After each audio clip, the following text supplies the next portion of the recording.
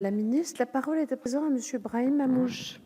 Oui, bonsoir Madame Monsieur la le député. Présidente. Ma question, Madame la Ministre, auquel j'associe ma collègue Martine Vonner, concerne la psychiatrie.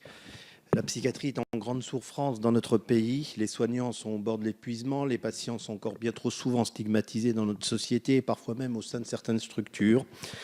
Les secteurs de psychiatrie s'essoufflent et sont à ce jour insuffisamment soutenus afin de répondre à ce droit essentiel d'accessibilité pour tous à notre système de santé. Les patients en décompensation psychique ne peuvent plus toujours bénéficier d'un soin à proximité de leur lieu de vie. Des retours à domicile sont prononcés aux urgences faute de lits disponibles.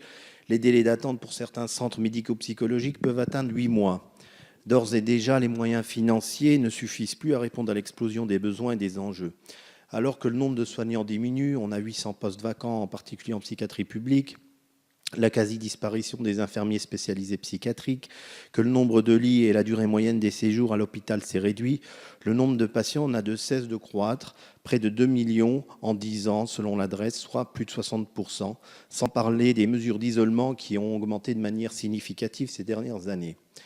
Des cellules d'accueil et de crise, par définition unités d'hospitalisation libres de courte durée, sont amenées à recevoir des patients en soins psychiatriques sous contrainte et inversement des chambres d'isolement thérapeutique pour patients en hospitalisation sous contrainte, régulièrement réquisitionnées administrativement pour y accueillir des patients en hospitalisation libre, faute de lits en aval.